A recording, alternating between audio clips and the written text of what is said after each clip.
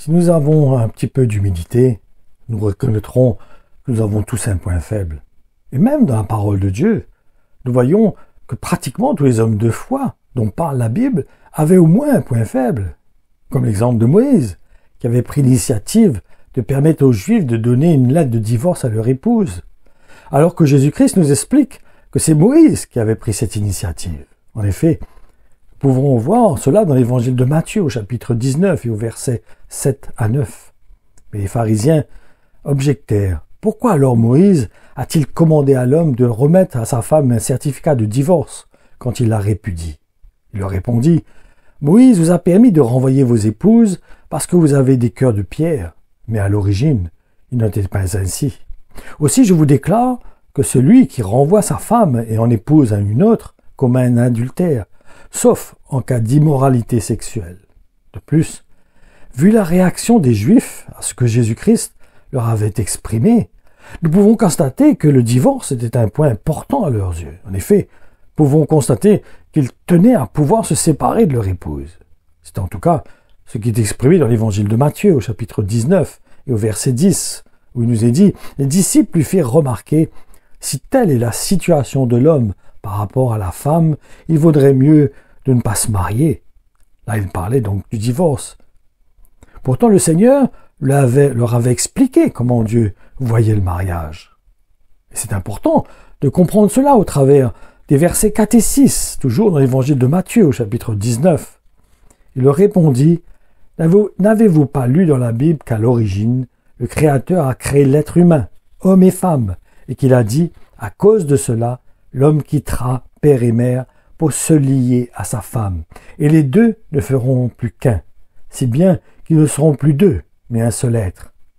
Que l'homme ne dissocie pas une unité que Dieu lui-même a créée. » Et nous voyons aussi l'apôtre Paul, qui nous rend un témoignage important sur le sujet de la faiblesse.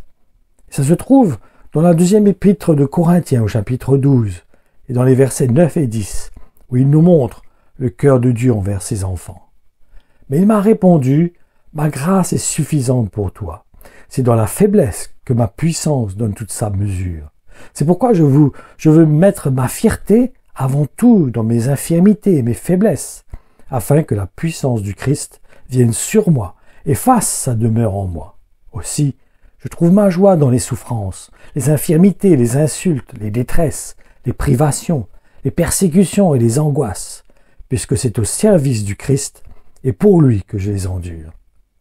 C'est lorsque je me sens faible que je suis réellement fort. » Oh là là, combien nous avons besoin de comprendre cela. C'est important de saisir que si nous voulons voir la puissance de Dieu dans notre vie, nous avons besoin de diminuer, nous avons besoin de perdre nous-mêmes et réellement laisser le Saint-Esprit prendre la place en nous.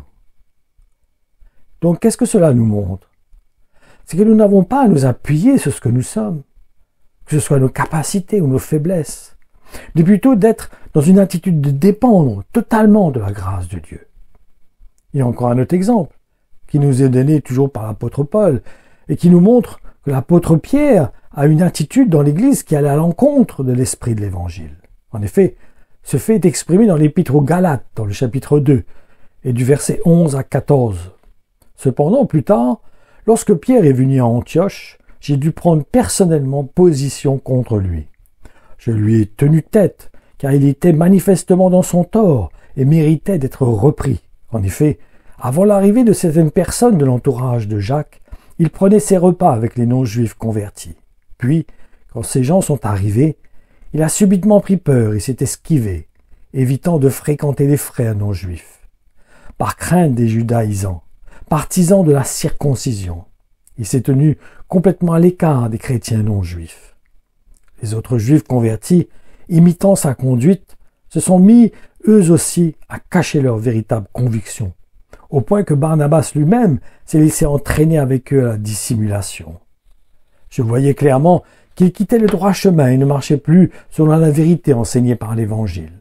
J'ai alors dit ouvertement à Pierre, dans une réunion de l'Église, afin d'être entendu par tous, « Si toi qui es juif, tu te sens libre de suivre les coutumes non juives et t'estimes dégager des ordonnances légales du judaïsme, Pourquoi veux-tu contraindre les non-juifs convertis à respecter les coutumes juives?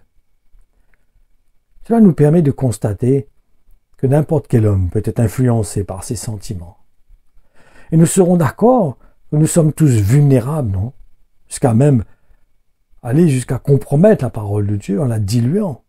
Ce qui signifie que nous ne la transmettons pas toujours comme l'ont fait les premiers apôtres.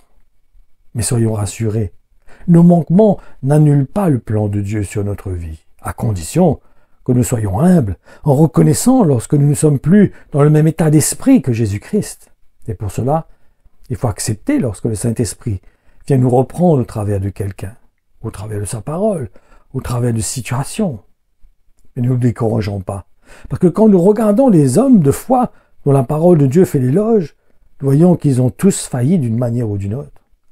Donc ma conclusion, le Seigneur ne nous demande pas de fabriquer quoi que ce soit, mais de dépendre seulement totalement de lui, comme un serviteur qui sert son maître, qui dépend de son maître.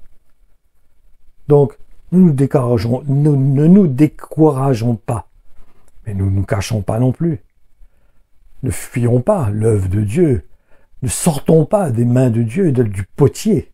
Laissons les mains du potier nous façonner, nous emmener à devenir un instrument entre ses mains. Laissons le Seigneur nous sanctifier, nous transformer, produire en nous cette œuvre, nous changer pour devenir comme lui. Donc, ne nous décourageons pas d'être faibles, mais ne soyons pas capons non plus.